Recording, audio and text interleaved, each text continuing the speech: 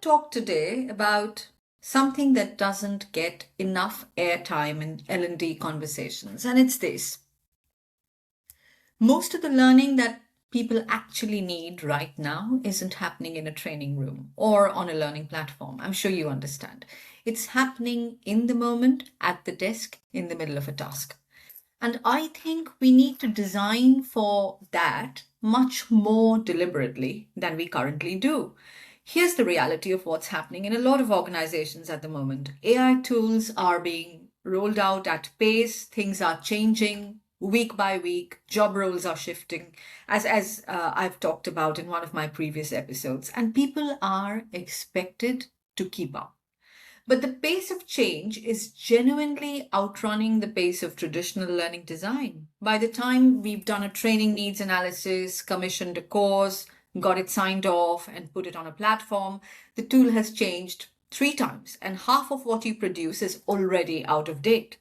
This is a standard piece of criticism of L&D teams. It's a structural problem. The way we've traditionally worked assumes a relatively stable landscape. That assumption no longer holds good. So, what do we do? I think part of the answer is designing learning for the moment of need. Easier said than done.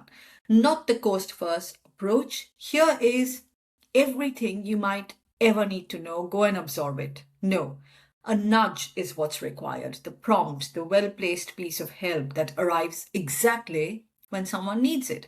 This might be a short explainer or something like that embedded in a workflow. It might be a peer network, a channel where people can quickly ask someone who knows.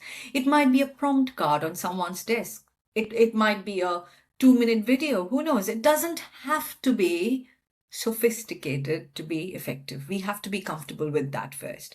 And it requires L&D to work differently, more in partnerships with teams closest to the tools, more iteratively, more comfortably with things being imperfect and evolving rather than polished, finished, and ineffective at the end of the day. There's also something important about psychological safety, which I thought I should point out here. People will only admit they need help at the moment if they feel safe to do so. If the culture around AI, for example, is one where everyone's performing competence, pretending they know what they're doing because they don't know or they don't want to look as if they're falling behind, then no amount of good learning design will reach them. Creating permission to not know, to ask, to try something and get it wrong. That's, culture work as much as it's learning design. And L&D has a role to play in that conversation. I'm sure you understand that.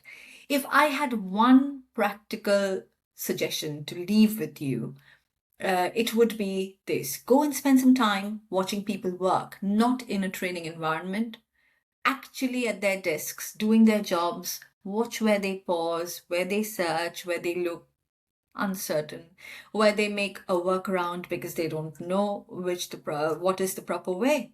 That's your learning needs analysis. That's where the real gaps are. And more often than not, what people need isn't a course. It's the right piece of help in the right place at the right time. Design for that. See you next time.